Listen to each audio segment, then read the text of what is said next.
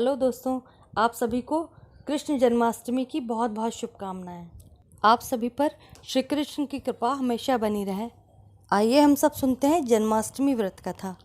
भाद्रपद माह के कृष्ण पक्ष की अष्टमी तिथि को जन्माष्टमी यानी श्री कृष्ण जन्म की खुशियां मनाई जाती हैं। भक्त मध्य रात्रि में कन्हैया का श्रृंगार करते हैं, उन्हें भोग लगाते हैं और पूजा आराधना करते हैं। साथ ही कथा भी सुनी जाती है।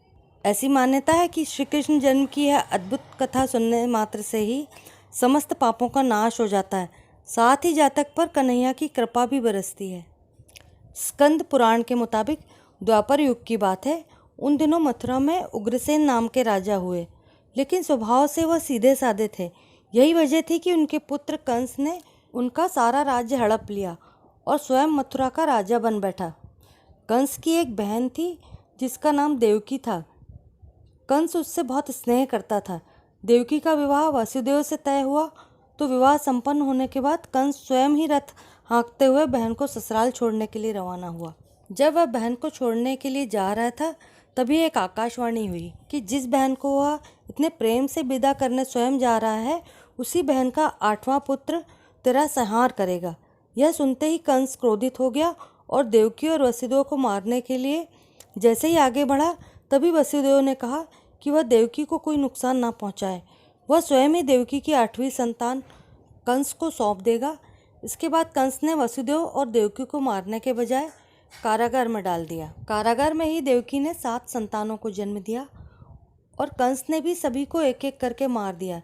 इसके बाद जैसे ही देवकी फिर से गर्भवती हुई, तभी कंस ने कारागार का पहरा और भी कड़ा कर दिया। तब भाद्रपद माह के कृष्ण पक्ष की अष्टमी को रोहिणी नक्षत्र में कन्हैया का जन्म हुआ। तभी श्री विष्णु जी ने वासुदेव को दर्शन देकर कहा कि वह स्वयं ही उनके पुत्र के रूप में जन्मे हैं।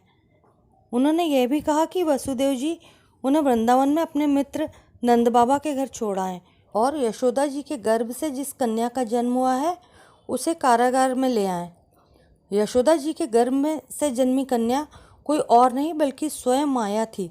सब कुछ सुनने के बाद वसुदेव जी ने वैसा ही किया। वसुदेव जी ने जैसे ही कन्हैया को अपनी गोद में उठाया, कारागार के ताले खुद ही खुल गए। पहरेदार अपने आप ही नींद के आगोश में आ गए।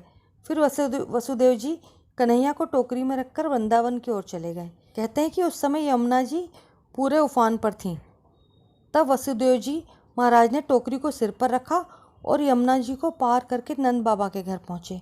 वहाँ कन्हैया को यशोदा जी के पास रखकर कन्या को मथुरा लेकर आ गए। जब कंस को देवकी की 8वीं संतान के बारे में पता चला तो वह कारागार पहुंचा। वहां उसने देखा कि 8वीं संतान तो कन्या है, फिर भी वह उसे जमीन पर पटकने लगा। तब माया रूपी कन्या आसमान में पहुंचकर बोली, रे मूर्ख, मुझे मारने से तुझे कुछ नहीं मिलेगा। तेरा काल तो पहले ही वृंदावन पहुंच गया है और वह जल्दी से तेरा अंत करेगा। इसके बाद कंस ने वृंदावन में जन्मे नवजातों का पता लगाया। तब कंस को यशोदा के लाल का पता चला तो उसने मारने के लिए कई प्रयास किए। कई राक्षसों को भी भेजा, लेकिन कोई भी उस बालक का बाल भी बांका नहीं कर पाया। तब कंस को यह एहसास हो गया कि नंद बाबा का बालक ही वसुदेव देवकी की 8वीं संतान है। इसी बीच श्री कृष्ण की कई बाल लीलाएं प्रचलित हुई जो हमें देखने को सुनने को मिलती हैं। उसके बाद कृष्ण युवा हुए और कंस का वध श्री कृष्ण ने ही किया। ये थी श्री कृष्ण जन्म की बाल कथा। जन्माष्टमी की पूजा करने के लिए जो हमें सामग्री लगेगी वह इस तरह है।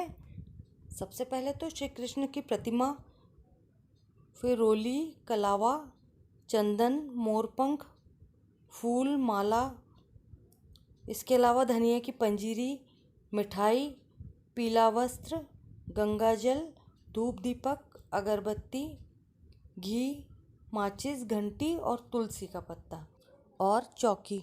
और अभिषेक के लिए दूध, दही, घी, शहद, गंगाजल और वस्त्र। इसके अलावा लाल वस्त्र, माखन, मिश्री और पंचामृत भी बनाकर रखें। पूजा विधि इस तरह है। एक चौकी पर लाल वस्त्र बिछाएं और भगवान के बाल रूप को स्थापित करें। फिर लड्डू गोपाल को पंचामृत और गंगाजल से स्नान कराएं। उसके बाद उन्हें वस्त्र पहनाएं। अब भगवान को रोली और अक्षत से तिलक करें। अब लड्डू गोपाल को माखन मिश्री का भोग लगाएं और आपने जो मिठाई आदि रखे हैं पंजीरी उनका भोग लगाएं। फिर कृष्ण जी को तुलसी का पत्ता अर्पित करें। भोग के बाद कृष्ण को गंगा जल भी अर्पित करें।